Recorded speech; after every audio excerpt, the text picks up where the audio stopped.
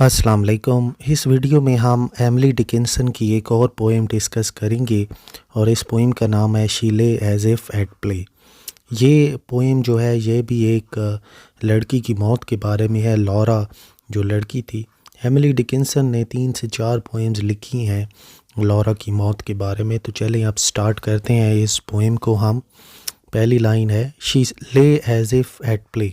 वो इस तरह लेटी हुई है जैसे लगता है कि वो अभी खेल कर आई है, मतलब खेल रही है या खेल से थकी हुई वो लेटी हुई है। हर life had left away. Left away का मतलब होता है जंप अवे, वेंट अवे। उसकी अंदर की जो ज़िंदगी है वो चली गई है। इंटेंडिंग टू रिटर्न, जहाँ उसने जाना था। इंटेंडिंग का मतलब होता है इरादा करना, यानी दुनिया में हम आते हैं, हमने लौटना है इमॉर्टल लाइफ की तरफ। तो वहीं लॉरा भी अब वापस चली गई है। बट नॉट सो सून, लेकिन इतनी जल्दी क्यों? लेकिन इतनी जल्दी उसको लौटना नहीं था, इतनी जल्दी उसको इमॉर्टल लाइफ की तरफ नहीं जाना था। तो पहले स्टेंजा में यही बयान किया गया है कि लॉरा ऐसे लेटी हुई है जैसे कि वो खेल रही हो, उसके अंदर की ज़िंदगी जो है वो चली गई है। और इंटेंडिंग टू रिटर्न, वो वहीं गई है जहां उसने जाना था, लेकिन इतनी जल्दी वो क्यों चली गई है। अब हम अगले स्टेंजा की तरफ चलते हैं। हर मैरी आर्म्स, उसकी जो खूबसूरत बाहें थीं, हाफ ड्रॉप्ड, वो आधी गिरी हुई हैं। ड्रॉप असल में आर्चिक वर्ड है। ड्रॉप DROP को ही हम कहते हैं गिरना, जिसका मतलब होता है उसकी जो खूबसूरत बाहें हैं वो आधी गिरी हुई हैं। As a fall of sport, ऐसा लगता है कि जैसे वो खेल कर आई है और अब वो आराम कर रही है। यहाँ पे लल का मतलब है कंफर्ट, काम, पीस। और आगे है एंड इंस्टेंट हैड फॉरगॉट, कि जो एक ही लम्हे में हम सब ने भुला दिया वो मौत का लम्हा। मोमेंट ऑफ डेथ जो है वो बस अब गुज़र गया है। इंस्टेंट का मतलब होता है लम्हा। द ट्रिक टू स्टार्ट, और ये एक ज़रिया था, और ये एक ज़रिया था इमॉर्टल लाइफ के शुरू होने का। मतलब कि एक ही लम्हे में उसकी मौत आई है और बिल्कुल देर नहीं लगी इसकी मौत को आने में, और मौत ने इसके अंदर की ज़िंदगी को बुझा दिया है, और ये एक ज़रिया था इमॉर्टल लाइफ को शुरू करने का। ट्रिक का ज़्यादातर मतलब होता है चाल या कोई चाल चलना या बुरा काम, लेकिन यहाँ पर ट्रिक का मतलब है ज़रिया, सोर्स, मीडियम। और इसी मीडियम के ज़रिए ही लॉरा की इमॉर्टल लाइफ जो है वो स्टार्ट हुई है। तो ये यहाँ तक हमने 2 स्टेंजा जो थे वो कवर कर लिए हैं।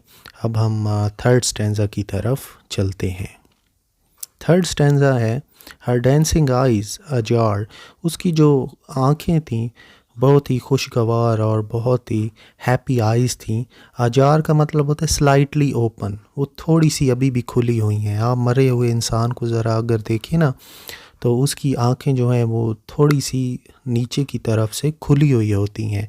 As if their owner word still sparkling through, ऐसा लगता था कि उसका जो मालिक है, उन आँखों का मालिक यानी वो लड़की अभी भी उन आँखों से हमें देख रही है। For fun at you, for fun का ये मतलब है कि वो आप पर हंस रही है, आपका मजाक उड़ा रही है कि मैं तो चलो इस दुनिया से चली गई हूँ, मेरा दुख तकलीफ़ें और मुसीबतों से जाम जो पीछा है वो मेरा छूट गया है, और आपने अभी भी इस दुनिया में रहना है। स्पार्कलिंग का मतलब होता है शाइनिंग।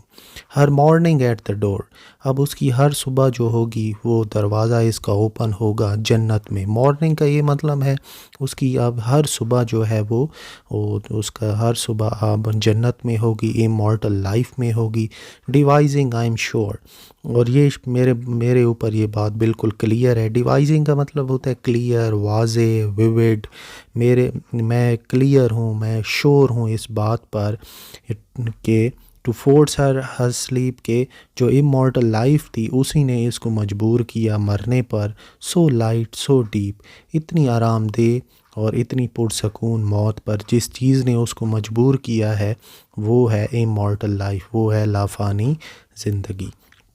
तो आखिरी स्टेंजा में हम ये कह सकते हैं कि एक हमें ब्राइट पॉइंट मिला है, एक शाइनिंग पॉइंट मिला है कि आल्दो के लॉरा जो है वो अब इस दुनिया में नहीं है, लेकिन उसकी हर सुबह अब जन्नत में होगी। और पोएटिस जो है एमिली डिकिंसन, वो इस बात के बारे में 100% श्योर है, बिल्कुल क्लियर है इस बात के बारे में कि इमॉर्टल लाइफ ने ही उसकी ज़िंदगी को ख़त्म किया है, और उसकी जो ज़िंदगी थी उसको बड़ा ही पुरसकून तरीके से, बड़ा ही डीपली और बहुत ही लाइटली इमॉर्टल लाइफ ने उसकी मौत कराई है, ताकि वो उसको इस दुनिया से लेकर अगली दुनिया में ले जाए।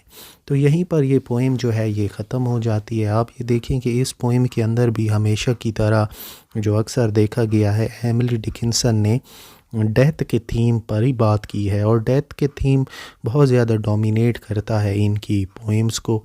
तो अब हम जल्दी से एक छोटी सी समरी कर लेते हैं इस पोएम की।